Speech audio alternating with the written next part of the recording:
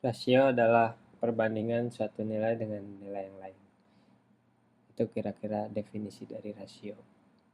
Sebagai contoh, misalkan saya punya 10 anak, 10 orang laki-laki ya. 10 laki-laki. Kemudian saya punya 2 orang perempuan. Nah, berarti ini rasio anak laki-laki dan perempuannya adalah 10 banding 2. Jadi perbandingan aja antara jumlah satu nilai dengan nilai yang lain. Di sini untuk laki-laki, perbandingan laki-laki dengan perempuan, berarti nilai laki-laki ada 10 orang, nilai perempuannya ada 2 orang. Ya, perbandingannya 10 banding 2. Atau bisa juga dituliskan sebagai 10 per 2, seperti itu.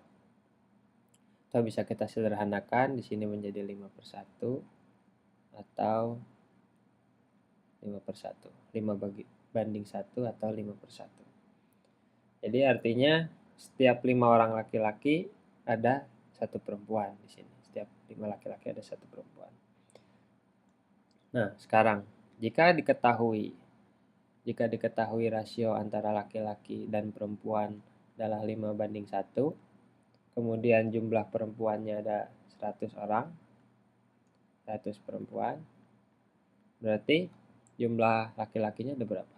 Kalau rasionya 5 banding 1 dan jika rasio di satu ruangan itu antara laki-laki dan perempuan adalah 5 banding 1 dan kita ketahui jumlah perempuannya adalah 100, berarti jumlah laki-lakinya di sini adalah 500. Laki-laki. Nah, ini perbandingan ini bisa ditulis seperti ini, 500 banding 100 atau 500 per 100 gitu. Ini sama dengan 5 per 1. Ini bisa ditulis 5 banding 1 kayak gini. Nah, contoh lain, misalkan saya punya bola warna merah. Bola merah jumlahnya adalah perbandingan. Misalkan saya punya perbandingan aja ya. Bola merah dengan bola hijau. Perbandingannya adalah 2 banding 3. Nah, ada 40 bola merah.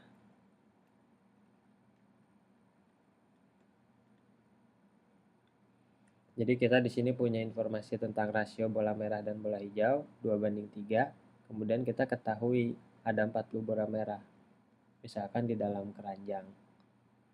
Di dalam keranjang itu rasionya 2 banding 3. Bola merahnya udah tahu 40. Berarti bola hijaunya berapa? Ini kan kayak 40 dibagi bola hijau gitu kan.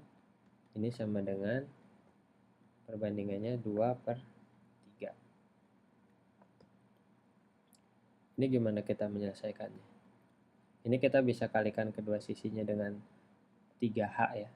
Sini kalikan 3H, sini kalikan 3H, jadi sisi yang kiri itu jadi 120 sama dengan sisi yang kanan kali 3H juga, 3-nya hilang, jadi 2H. Berarti H-nya di sini sama dengan 60. Atau bisa juga kita ngelihatnya dari perbandingan ini ya. 2 per 3 sama 40 per H ini. 2 ke 40 itu gimana? Supaya jadi 40. Ini kan dikali 20 kan. Ini dikali 20. Kalau ini dikali 20, ini juga dikali 20. 3 kali 20, ini 60. Itu cara lain supaya ngelihatnya. Contoh lain, bentuknya mungkin di soal mungkin ada seperti ini. Kita ketahui rasio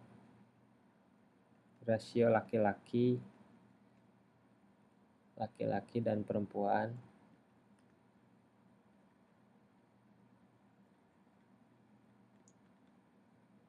adalah 2 banding 7 gitu.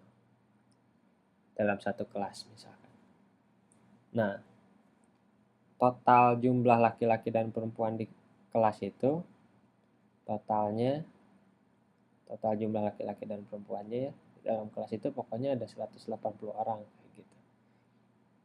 Nah, berapa jumlah laki-laki dan berapa jumlah perempuan di kelas itu? Caranya gimana? Pertama kita bisa bikin dulu perbandingan ini.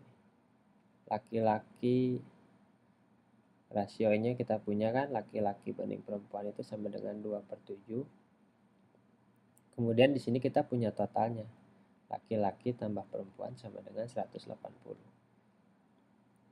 Nah, ini kita bisa kayak punya dua persamaan ya. Dua persamaan ini kita bisa gunakan untuk mencari nilai L-nya dan P-nya itu berapa. Secara aljabar kita bisa cari dulu ini L per P sama dengan 2/7 itu. Kalau kita mau tahu L-nya berapa dari persamaan ini gimana?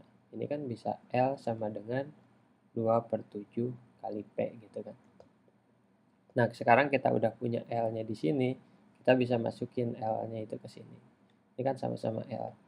Jadi di sini kita punya 2/7 P tambah P sama dengan 180. Ini kan kayak pecahan ditambah, ini kan pecahan terus ininya P-nya itu kan sebenarnya 1. Kalian bisa jadi 1 2/7 P atau ini 1 ini jadi 7/7. Jadi bisa kayak gini.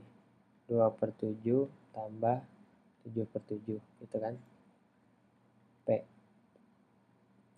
2/7-nya ini dari sini, 7/7-nya dari ini karena di depan ini sebenarnya kan 1 P. Sama dengan 180. Ini kalau ditambahin berapa? 9/7 P kan. Sama dengan 180. Nah, ini kalau kita pindah ke sini. Kalau kita pengen ada P-nya aja di sebelah kiri berarti kedua sisi kita kalikan 7/9 kan. Jadi sisa P sama dengan 180 dikalikan dengan 7/9. Ini gimana? 180 bisa dibagi 9 itu sisa berapa? 20 kan. 20 kali 7 sama dengan 140. Nah, ini P-nya atau perempuannya 140. Laki-lakinya berapa? Karena ini totalnya 180, perempuannya kita udah tahu 140, berarti laki-lakinya itu di sini 40.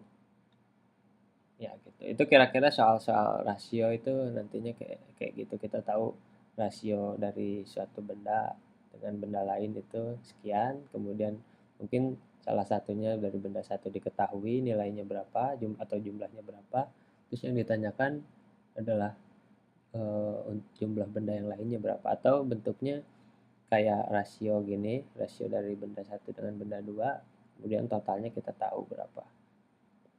Dari dua persamaan itu nanti kita bisa pecahin kayak begini.